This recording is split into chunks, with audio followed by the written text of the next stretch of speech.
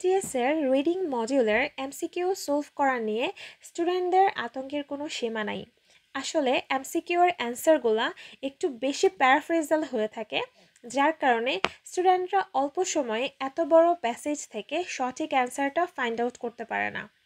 আজকে আমি শেয়ার করব কিভাবে রিডিং প্যাসেজ না পড়ে, ইভেন এমসিকিউ এর কোয়েশ্চেনটা না পড়ে জাস্ট অপশন থেকে অ্যান্সার ফাইন্ড আউট করা যায়। তো আমি ক্যামব্রিজ 17-এর রিডিং টেস্ট 1-এর প্যাসেজ 3 নিয়েছি। তো যেহেতু আমরা কোয়েশ্চেন পড়বো না, তাই আমি এখানে কোয়েশ্চেনটা রিডিং পড়ছি না, জাস্ট 4টা অপশন থেকে আমরা আমাদের অ্যান্সারটা বের করব। তো আমার ফার্স্ট ট্রিক্স হচ্ছে 4টা অপশনের মধ্যে আপনাকে ফার্স্টে ফাইন্ড আউট করতে হবে কোন অপশনগুলো পজিটিভ এবং কোন অপশনগুলো নেগেটিভ। যে অপশনগুলো আপনার পজিটিভ মনে হবে সেই অপশনগুলোর পাশে আপনি পি লিখে রাখবেন, এবং যে অপশনগুলো আপনার কাছে নেগেটিভ মনে হবে সেই অপশনগুলোর পাশে আপনি এন লিখে রাখবেন। তো কিভাবে আপনি বুঝবেন যে এটা পজিটিভ অথবা নেগেটিভ? যদি অপশনের মধ্যে একটা ওয়ার্ড হলো নেগেটিভ থাকে, তখন আপনি ধরে নেবেন সেই অপশনটা হচ্ছে নেগেটিভ, আর একটাও নেগেটিভ ওয়ার্ড না থাকলে আপনি ধরে নেবেন সেই অপশনটা হচ্ছে পজিটিভ।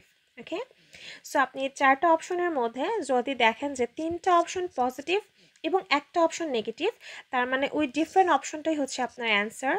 অথবা 3টা অপশন নেগেটিভ, একটা অপশন পজিটিভ, এই পজিটিভ অপশনটাই হচ্ছে আপনার অ্যান্সার। তো আমরা 36 সলভ করি। 36-এর বেলাতে দেখেন আমাদের এ নাম্বার অপশনে কোনো নেগেটিভ ওয়ার্ড নাই, তার মানে এটা হচ্ছে পজিটিভ। বি নাম্বার অপশনে স্কেপ, এটা একটা নেগেটিভ ওয়ার্ড, তার মানে আমাদের এটা নেগেটিভ। সি নাম্বার অপশনে কোনো নেগেটিভ ওয়ার্ড নাই, তার মানে এটা পজিটিভ। ডি নাম্বার অপশনেও কোনো নেগেটিভ ওয়ার্ড নাই, তার মানে এটাও পজিটিভ। তো আমরা পাইলাম 3টা পজিটিভ অপশন, একটা নেগেটিভ অপশন বি, তার মানে বিটাই আমাদের অ্যান্সার। সো আমরা একটু অ্যান্সারটা একটু চেক করে দেখি। এই যে দেখেন 36-এর অ্যান্সার হচ্ছে বি। সো এভাবে কিন্তু খুবই সহজে রিডিংয়ের এমসিকিউগুলো সলভ করা যায়।